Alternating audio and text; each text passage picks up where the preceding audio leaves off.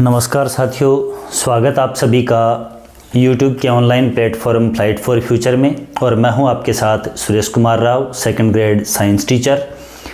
और third grade science maths stream से तैयारी करने वाले तमाम अभ्यर्थियों का आज की इस क्लास के अंदर बहुत बहुत स्वागत है, हार्दिक अभिनंदन है। साइंस जो है, साइंस मैथ्स वाले जो भी कैंडिडेट हैं उनके अंदर जो साइंस के 30 प्रश्न पूछे जाने हैं उनकी अभी अपनी ये सीरीज चल रही है, जिसके अंदर एक यूनिट जिसमें अणु परमाणु, मोल कॉन्सेप्ट और परमाणु स्ट्रक्चर, एटॉमिक स्ट्रक्चर है, उसकी यूनिट है वो कंप्लीट हो चुकी है। जो आप प्लेलिस्ट के ऊपर जाकर के थर्ड ग्रेड साइंस से जो प्लेलिस्ट बनी हुई है उसके अंदर आप देख सकते हैं। और सेकंड यूनिट की आज शुरुआत है। तो जो भी लगातार इस चैनल के ऊपर बने हुए हैं वो अपनी क्लासेस को जारी रखें, और अगर आप नए हैं तो चैनल को सब्सक्राइब कर लें, बेल आइकन जरूर से दबा लें ताकि आपको क्लास का नोटिफिकेशन तुरंत मिल जाए। साइकोलॉजी भी चल रही है, टीचिंग मेथड्स हैं वो भी आगे अपलोड किए जाएंगे। तो ये जो आज की क्लास है थर्ड ग्रेड साइंस मैथ्स से लेवल 2 के जो अभ्यर्थी हैं उनके लिए है, और ये साइंस की यूनिट सेकेंड की क्लास है। सेकेंड यूनिट के अंदर जब आप टॉपिक देखेंगे तो आपको नाम मिलेंगे तत्व यानी एलिमेंट्स, कंपाउंड, मिक्सचर, भौतिक और रासायनिक परिवर्तन यानी कि फिजिकल और केमिकल एक्सचेंजेस।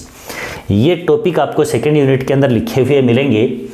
इस यूनिट को अपन कंप्लीट करेंगे, जिसके अंदर 9th का जो मैटर है वो शामिल रहेगा, और साथ ही 11th के लेवल तक इस यूनिट के अंदर जहाँ कुछ चीज़ें मिलेंगी, जैसे ये सॉल्यूशन वगैरह है, निलंबन है, कोलॉइड्स है, ये 12th का जो अपना सरफेस केमिस्ट्री वाला टॉपिक है उसमें से भी थोड़ा सा मैटर है वो ऐड होता है। तो अपन हर लेवल एग्ज़ाम, चाहे इसके अंदर कर्मचारी चयन आयोग अपने को कहीं से भी कोई भी क्वेश्चन पूछ ले, बहुत ही सारगर्भित, बहुत ही कम समय में अधिकतम जानकारी है वो आपको इस यूनिट की प्रोवाइड करवाई जाएगी। यूनिट को मैंने 3 खंडों के अंदर डिवाइड किया है। सबसे पहली जो क्लास है उसके अंदर अपन एलिमेंट और कंपाउंड को पढ़ेंगे, तत्व और यौगिक के बारे में। तत्व के अंदर धातु, अधातु, उपधातु सभी को अपन पढ़ेंगे एक एक करके। जो भी इसमें एक्सेप्शंस वगैरह होते हैं वो सारे पढ़ेंगे, जो प्रॉपर्टीज़ होती हैं वो सारी पढ़ेंगे। उसके बाद जो सेकंड पार्ट रहेगा उसके अंदर मैंने मिश्रण को, मिक्सर को लिया है, जिसमें समांगी मिश्रण के रूप में सॉल्यूशन यानी विलयन रहेगा। इसकी प्रॉपर्टीज़ वगैरह सारी रहेंगी। कंसंट्रेशंस की जो यूनिट्स हैं, किस प्रकार से कंसंट्रेशन अपन कैलकुलेट करते हैं, अलग अलग द्रव्यमान प्रतिशत, आयतन प्रतिशत, ये सभी भी पूछी जाती हैं तो इनके अंदर। और जो विषमांगी मिश्रण हैं उनके अंदर निलंबन और कोलॉइड्स, इनको अपन देखेंगे। ये अपनी सेकंड क्लास रहेगी जो इसके बाद आने वाली है। और उसके बाद मिश्रण के शुद्धिकरण की या पृथक्करण की कुछ मेथड हैं, ये तीसरे पार्ट में लेंगे। और उसके साथ ही फिजिकल और केमिकल प्रॉपर्टीज जो हैं, अर्थात फिजिकल और केमिकल एक्सचेंजेज हैं, ये अपनी तीसरी क्लास के अंदर शामिल रहेंगे। तो आज की इस क्लास के अंदर अपन तत्व और यौगिक को पढ़ने वाले हैं। बहुत ही छोटे से सेशन के अंदर बहुत ही महत्वपूर्ण जो जानकारी है वो आपको मिलने वाली है। तो लगातार इस वीडियो के ऊपर बने रहें अंत तक, और क्लास का एंजॉय लें और अपने जो नॉलेज है उसको इम्प्रूव करें। चलिए स्टार्ट करते हैं, आगे देखते हैं अपन। तो सबसे पहले अपन बात करते हैं कि पदार्थ जो है यानी कि मैटर, द्रव्य, वो 3 अवस्थाओं के अंदर पाया जाता है, ठोस, द्रव और गैस। और इन तीनों ही भौतिक अवस्थाओं के अंदर जो पदार्थ होते हैं वो या तो प्योर मैटर के रूप में यानी कि शुद्ध पदार्थ के रूप में होते हैं। शुद्ध पदार्थ का मतलब जिनका संगठन जो है वो क्या होता है, नियत होता है, फिक्स होता है। इसमें 2 तरह के पदार्थ आते हैं शुद्ध पदार्थों के अंदर, जिसमें एलिमेंट्स यानी तत्व और यौगिक। आप देखेंगे तत्व हैं तो उसमें सारे परमाणु हैं वो एक ही तत्व के मौजूद रहेंगे। जैसे हाइड्रोजन एलिमेंट है तो सारे परमाणु हाइड्रोजन के, कॉपर एलिमेंट है, एक तत्व है तो उसमें सारे परमाणु किसके हैं, कॉपर के मौजूद हैं। तो इस तरह से बिल्कुल प्योर मैटर है, ये शुद्ध पदार्थ है, संगठन नियत है, सारे परमाणु फिक्स हैं। उसके बाद अपन दूसरा देखते हैं यौगिक, कंपाउंड। तो नाम से ही स्पष्ट है, योग प्लस इक, 2 या 2 से अधिक तत्वों के परमाणु संयोग करके, योग करके जिस इकाई का फॉर्मेशन करते हैं, जिस पदार्थ का निर्माण करते हैं, वो क्या है, यौगिक है। यौगिक के अंदर भी जो तत्व हैं उनके परमाणु क्या होंगे, निश्चित संगठन के अंदर जुड़ेंगे। उसके अंदर भी जो अनुपात है, द्रव्यमान का अनुपात है, संख्या का अनुपात है, वो निश्चित रहता है। और परमाणु और अणु वाले चैप्टर के अंतर्गत अपन स्थिर अनुपात अनुपात का नियम और जो द्रव्यमान संरक्षण का नियम है वो पढ़ करके आ चुके हैं, वो सभी इन कंपाउंड्स के अंदर क्या होते हैं, फॉलो होते हैं। तो शुद्ध पदार्थ जिसके अंदर संगठन क्या रहता है, नियत रहता है, और मिश्रण जिसको अपन अशुद्ध पदार्थ कह सकते हैं। अब अशुद्ध का मतलब यहाँ पर अपन जनरली सामान्य बोलचाल के अंदर अशुद्ध का मतलब उसको जैसे मिलावट से लेते हैं। अब ये मिलावट शब्द ही है वो साइंस के अंतर्गत क्या है कि अगर आपने मुख्य रूप से और जैसे कि नमक को पानी में घोला तो यहाँ पर ये सॉल्यूशन भी क्या है, मिलावट है, मिक्सिंग है ये, ठीक है। तो मिक्सिंग ही मिश्रण को निर्मित करती है। अब मिश्रण में संघटन है वो नियत नहीं होता है। जैसे आपने 1 लीटर पानी में 1 चम्मच नमक डाल दिया, यानी कि सपोज दैट अपन 10 ग्राम नमक डाल दें तो भी वो मिश्रण है, 20 ग्राम नमक डाल दें तो भी वो क्या है, मिश्रण है। तो यहाँ पर संघटन जो है वो क्या नहीं होता, नियत नहीं होता है, फिक्स नहीं होता है, निश्चित नहीं होता है, ठीक है। तो पदार्थ 2 प्रकार के, भौतिक अवस्था ठोस द्रव गैस कुछ भी हो सकती है, शुद्ध पदार्थ और एक मिश्रण, ठीक है। शुद्ध पदार्थ का संगठन नियत होता है और मिश्रण है उसके अंदर संगठन है वो बदलता रहता है, बदला जा सकता है। शुद्ध पदार्थों में आएंगे एलिमेंट्स और कंपाउंड। एलिमेंट अपन जानते हैं तत्व जिनकी अभी तक 118 एलिमेंट्स की खोज हो चुकी है। धातु, अधातु और उपधातु के अंतर्गत इसको पीरियोडिक टेबल के अंदर वर्गीकृत किया जाता है। ये कुछ एक एग्जाम्पल मैंने लिखे हैं, बाकी इनके भी लिखने का कोई विशेष औचित्य यहाँ पर है नहीं। आप इनसे भी ज़्यादा एलिमेंट्स के बारे में, इनके नाम हैं वो तो कम से कम और उनके संकेत हैं वो तो साइंस के स्टूडेंट हैं तो जानते ही जानते हैं। बाकी मैंने hydrogen, oxygen, nitrogen, copper, sodium, ferrous, iron, uranium, xenon आदि कुछ एलिमेंट्स हैं वो लिखे हैं यहाँ पर।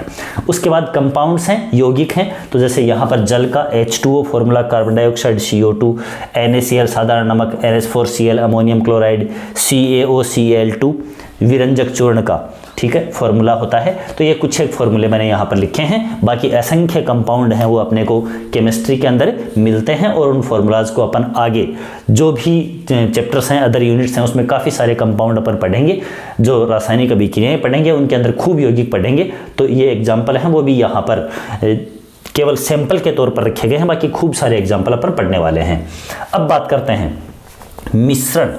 अब देखिए, जैसे मान लीजिए अपन ने 1 लीटर पानी के अंदर 1 चम्मच है वो नमक की घोली, तो घोलते ही उसका नमक है वो पूरी तरह से समान रूप से वितरित होगा और इस प्रकार से डिस्ट्रीब्यूट हो जाएगा कि ऊपर नीचे दाएं बाएं जहां भी पूरे कंटेनर के अंदर, पूरे पात्र के अंदर नमक है वो समान रूप से वितरित होगा, डिस्ट्रीब्यूट समान रूप से होगा, उसकी सांद्रता सब जगह सेम हो जाएगी और नमक है वो भी जल के अंदर ही लिक्विड फॉर्म में आ जाएगा। तो ये क्या है, समांगी मिश्रण है। समांगी मतलब सांद्रता सब जगह समान रूप से वितरित है और इस समांगी मिश्रण को ही क्या बोला जाता है, विलयन बोला जाता है, सॉल्यूशन बोला जाता है। जैसे जल में अपन ने शुगर मिक्स कर रखी है, जल में अपन ने सॉल्ट मिक्स कर रखा है, वायु भी एक तरह का क्या है, समांगी मिश्रण है, एक सॉल्यूशन ही है, जिसमें 78% 78% नाइट्रोजन है। ज़्यादा मात्रा में जो है वो विलयन के अंदर विलायक के रूप में कार्य करता है और जो अदर पदार्थ है विलायक और जो अदर पदार्थ यहाँ पर कम मात्रा में होते हैं वो क्या होते हैं, विलेय होते हैं। तो इस प्रकार से विलायक और विलेय, तो नाइट्रोजन यहाँ पर मैक्सिमम परसेंटेज में है तो वो एज ए विलायक काम करेगी और बाकी सारी गैसें हैं वो विलेय के रूप में होती हैं। इस प्रकार से वायु क्या है, एक तरह का समांगी मिश्रण है, यानी कि विलयन है। विषमांगी मिश्रण, जिस प्रकार से अपन ने नमक और चीनी को मिक्स कर दिया, नमक और चीनी को मिक्स किया। अब आपने जैसे मान लीजिए कि अपन करेंगे 100 ग्राम नमक 100 ग्राम चीनी मिक्स करी, लेकिन उसमें हो सकता है मिक्स करने के बाद में कहीं किसी साइड में नमक के क्रिस्टल हैं वो ज़्यादा हैं तो किसी साइड में चीनी के क्रिस्टल हैं वो ज़्यादा हैं, उसके अंदर अलग अलग उसका डिस्ट्रीब्यूशन है वो अपने को मिल सकता है। इसी प्रकार से अपन ने मिट्टी के कण हैं और लोहे का बुरादा है, लोहे की डस्ट है, उसको मिक्स किया है तो हो सकता है कहीं पर लोहे की डस्ट ज़्यादा है, कहीं पर मिट्टी के जो कण हैं वो ज़्यादा हैं, समान रूप से उनका मिक्स होना कोई निश्चित नहीं है। तो यहाँ पर ऐसा सॉल्यूशन, ऐसा मिश्रण है, मिक्सचर है, जिसके अंदर जो अवयव हैं उनका डिस्ट्रीब्यूशन सेम नहीं है, समान नहीं है, तो वो क्या कहलाएगा, विषमांगी मिश्रण कहलाएगा। जैसे बालू, मिट्टी, रेत के कण और नमक, जल और तेल, जल और तेल को मिक्स कर दिया तो तेल है उसकी डेंसिटी, घनत्व कम होने के कारण वो क्या रहेगा, ऊपर तैरता हुआ रहेगा।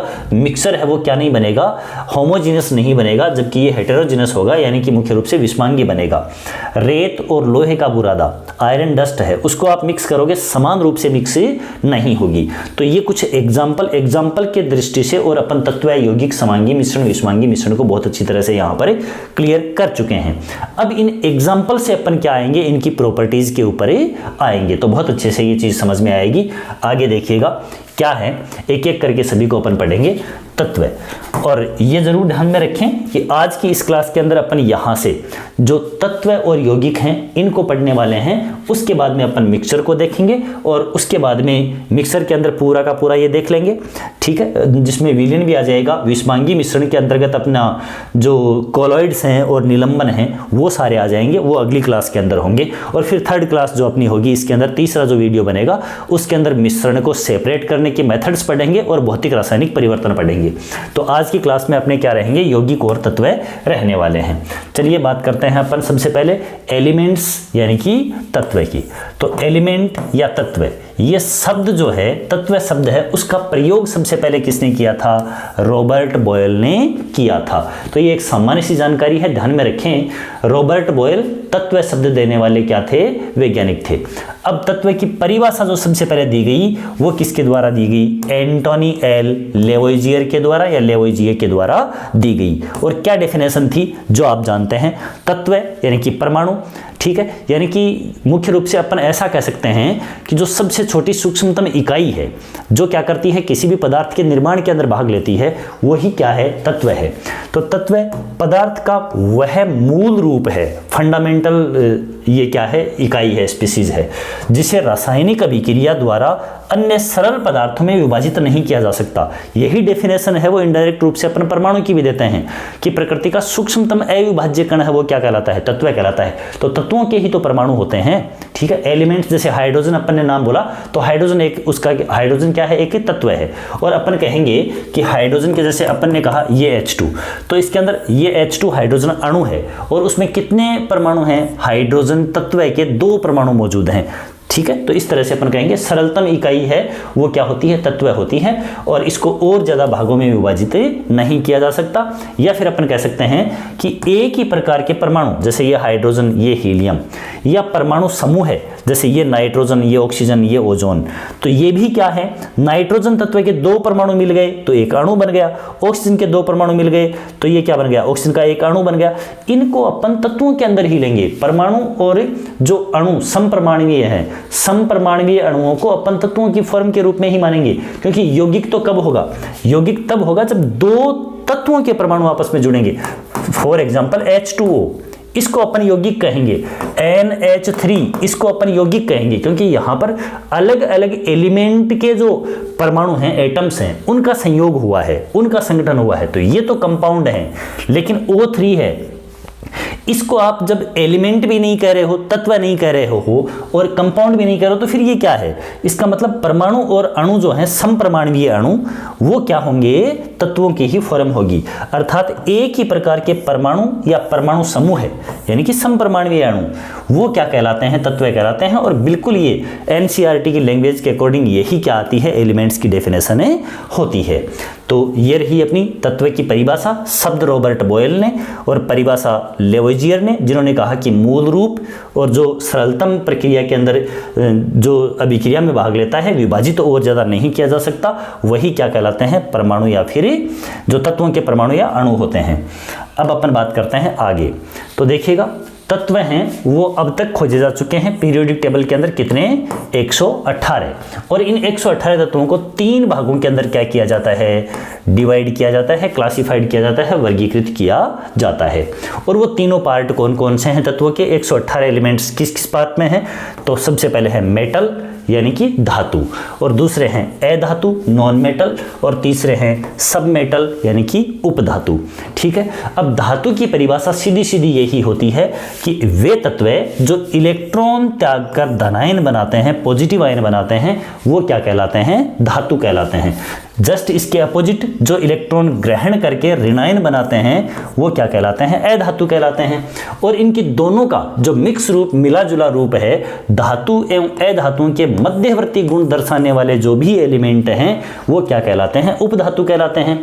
उपधातुओं के अंदर बोरोन है, सिलिकॉन है, जर्मेनियम है, आर्सेनिक है, आदि सारे क्या हैं, उपधातु हैं। तो सिलिकॉन, जर्मेनियम, बोरोन, आर्सेनिक ये अपन ध्यान में रखेंगे, उपधातु। ठीक है। इलेक्ट्रॉन त्यागने वाले तत्व धातु और इलेक्ट्रॉन ग्रहण करने वाले एलिमेंट जो ऋणायन बनाएंगे वो क्या हो गए, अधातु हो गए। इसके बाद अपन बात करते हैं धातुओं के अंदर क्या पाई जाती है, धात्विक चमक पाई जाती है, शाइनिंग इनके अंदर पाई जाती है, जो अलग अलग धातु की अलग अलग तरीके की होती है, अलग अलग उसका कलर होता है। जैसे सिल्वर, चांदी, तो अलग उसकी चमक होती है। Au गोल्ड, तो उसकी पीले कलर की अलग शाइनिंग होती है, अलग चमक होती है।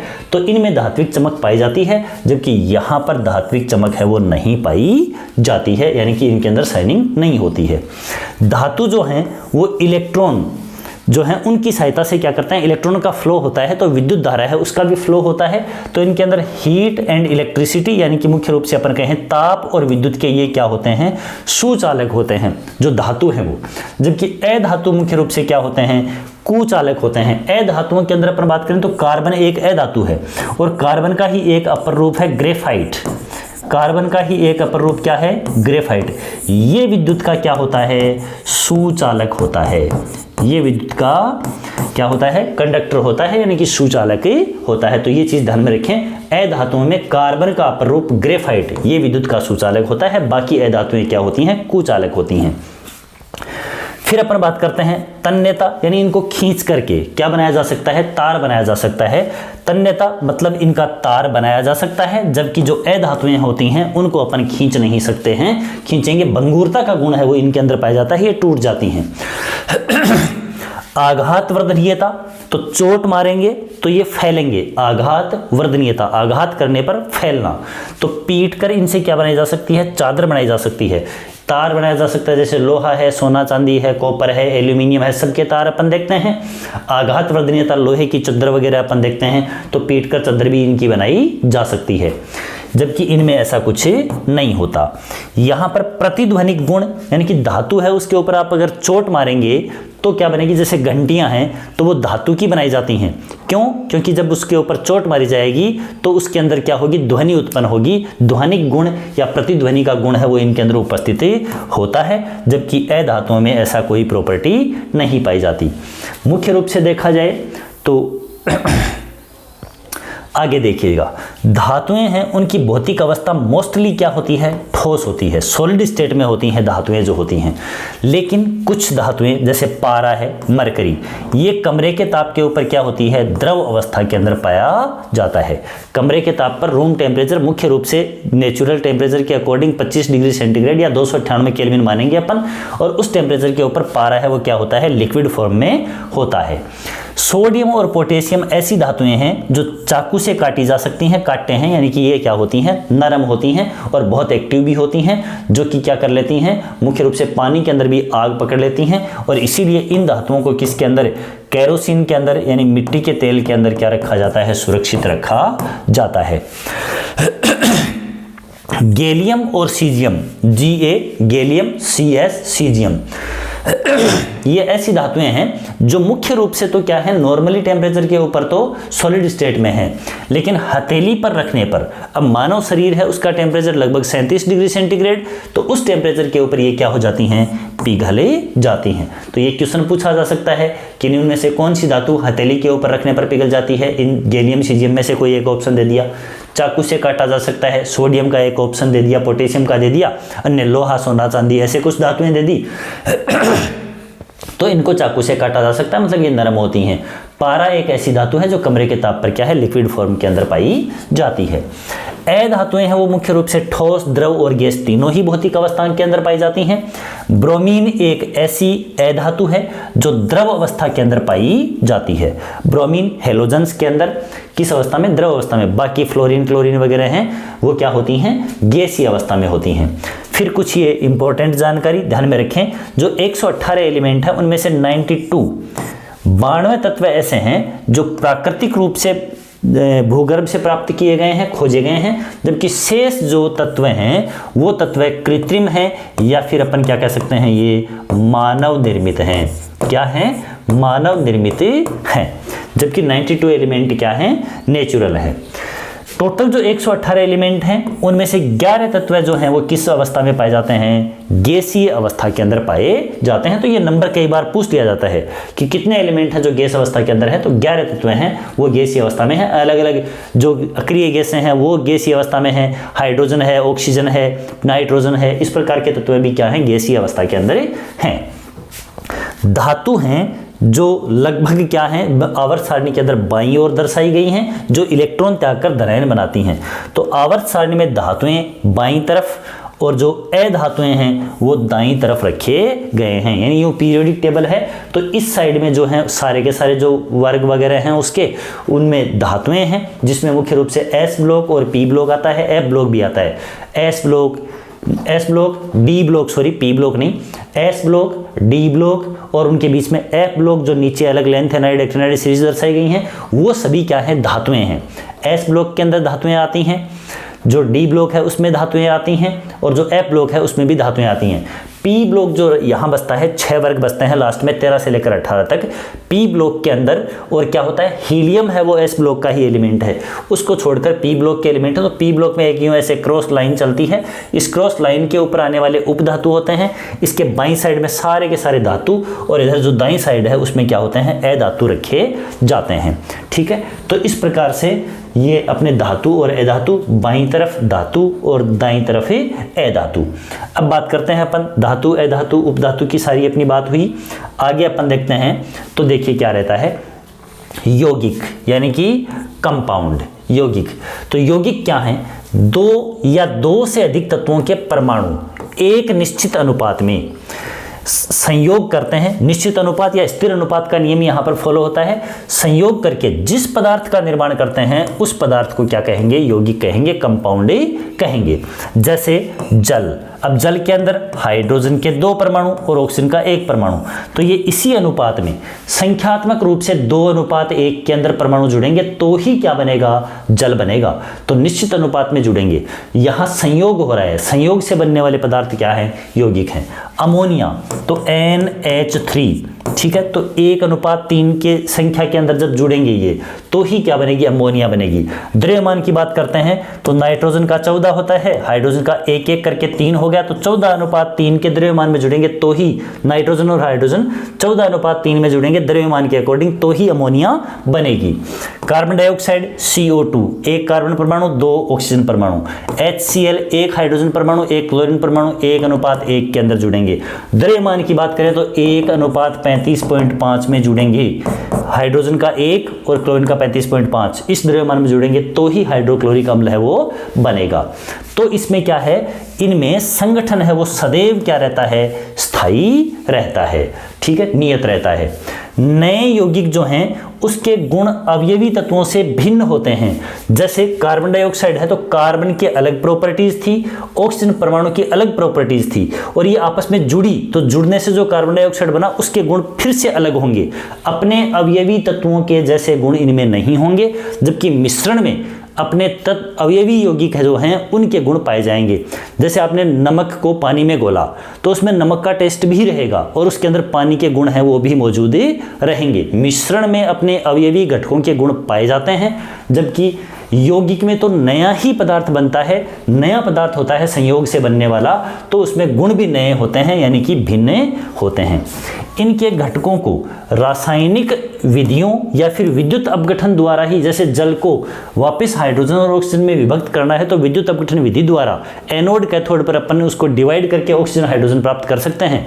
अदरवाइज अपन इनको अलग भौतिक रूप से इसको छान करके या वाष्पीकरण के द्वारा, आसवन के द्वारा, तो ऐसी विधियों के द्वारा इनको वापस अलग नहीं कर सकते हैं, जबकि मिश्रण है उसको अपन भौतिक विधियों द्वारा अलग कर सकते हैं। तो भौतिक विधियों के द्वारा इनको पृथक है वो नहीं किया जा सकता है।